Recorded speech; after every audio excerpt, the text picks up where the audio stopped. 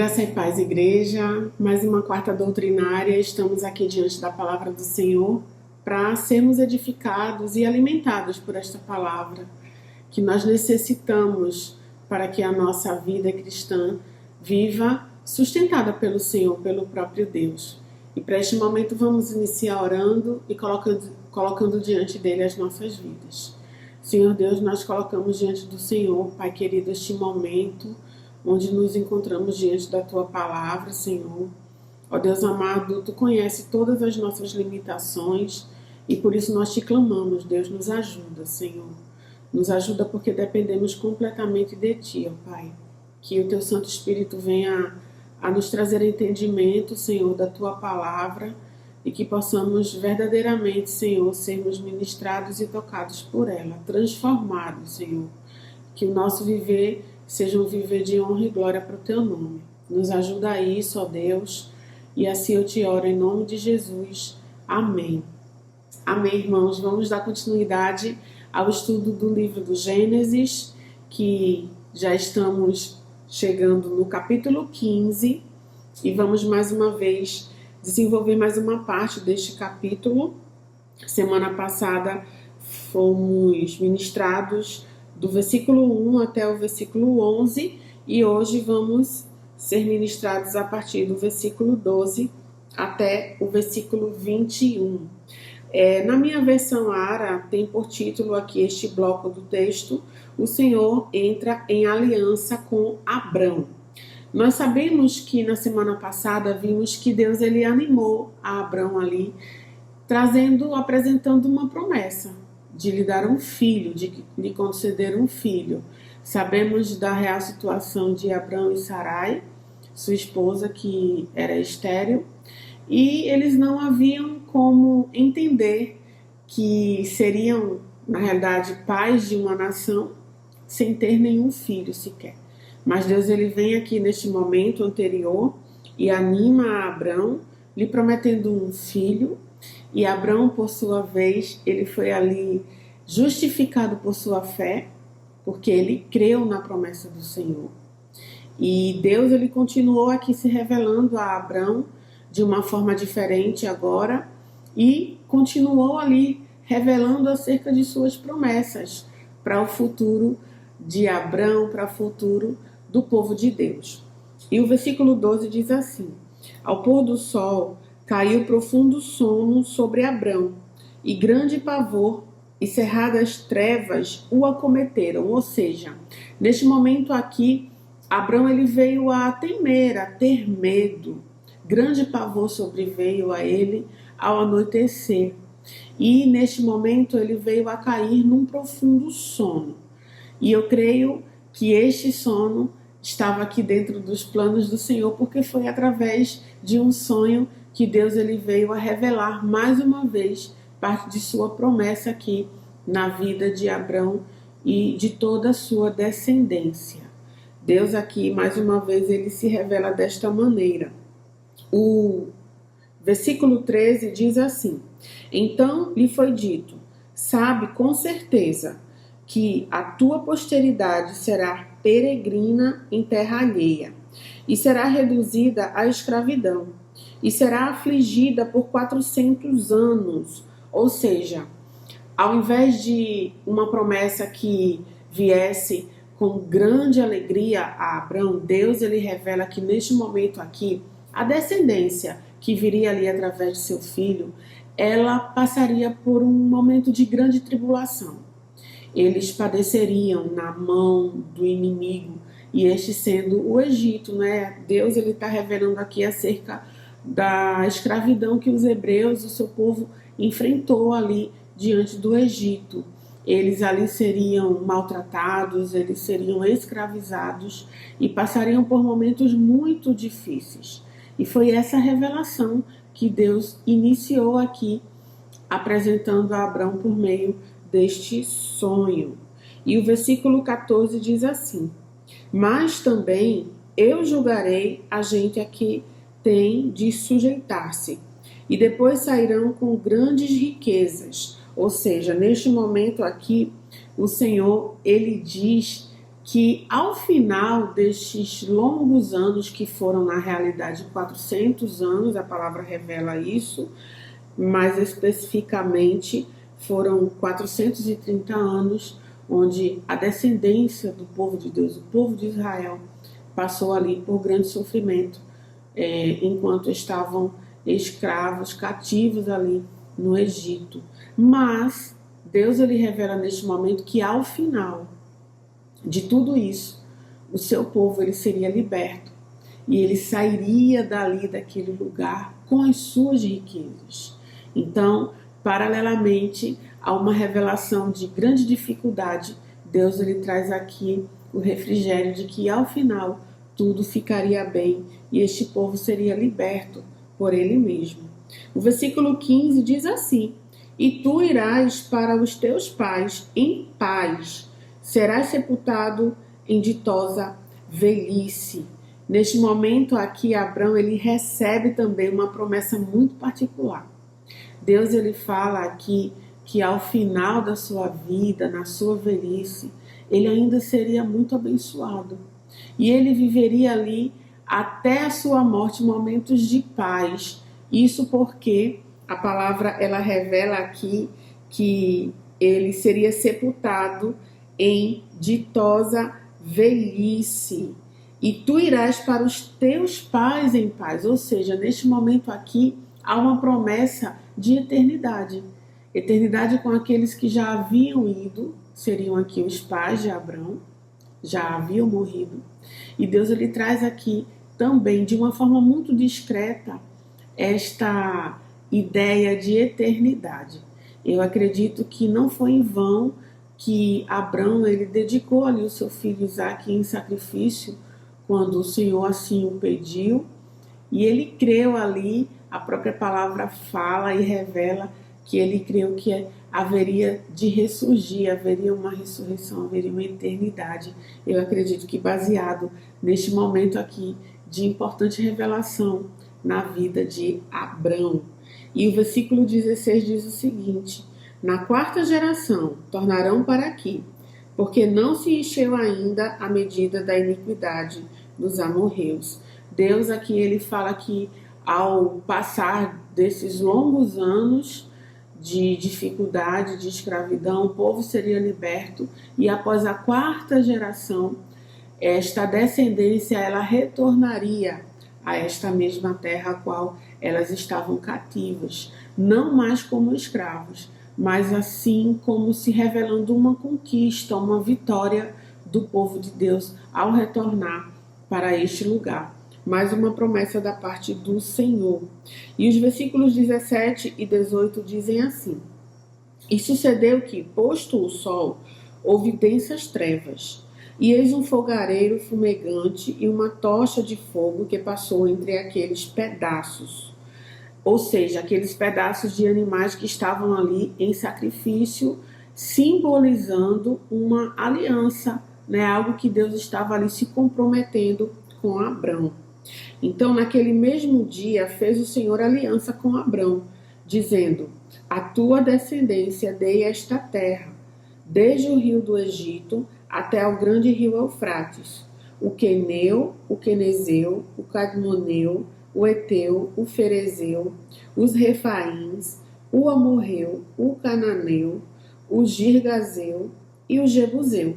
Ou seja, Deus aqui, ele se revela de uma forma simbólica, sim, porque esta aliança que era feita e que Jane ela nos esclareceu na semana passada, que simbolicamente ali, quando os homens eles faziam aliança, se comprometiam entre si com algo, eles faziam esse sacrifício, eles colocavam postos ali os animais mortos e passavam pelo meio dele.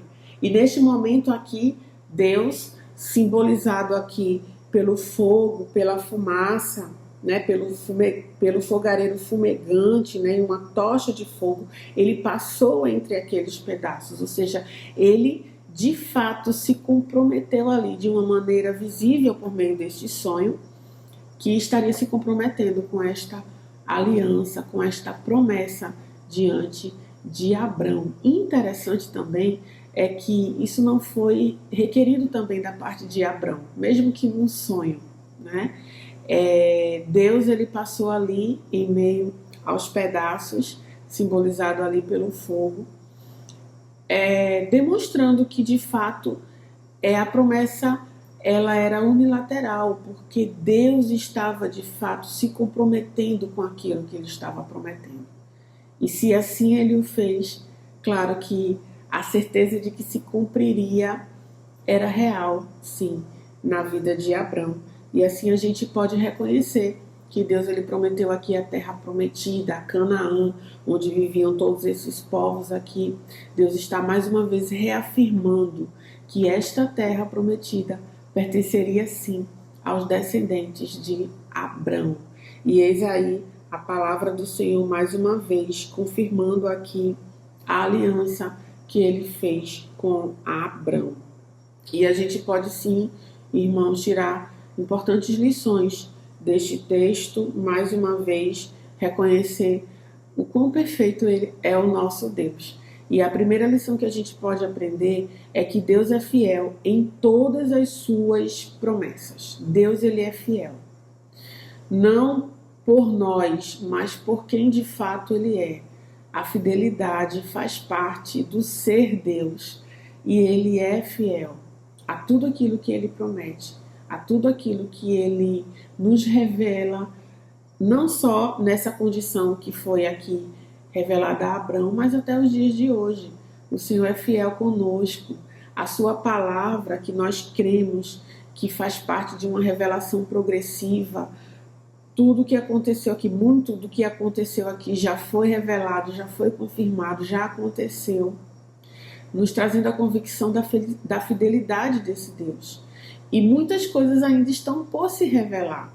Foram prometidas e nós estamos no tempo de hoje, crendo que esse mesmo Deus, que é o mesmo ontem, hoje e eternamente será, continuará fiel à sua palavra e a tudo que ele promete. Então, nós podemos sim confiar e crer que Deus ele é fiel em todas as suas promessas, assim como foi com Abrão, assim também ele é conosco. E a palavra do Senhor fala em Salmos 145:13 o seguinte: o teu reino é o de todos os séculos, e o teu domínio subsiste por todas as gerações.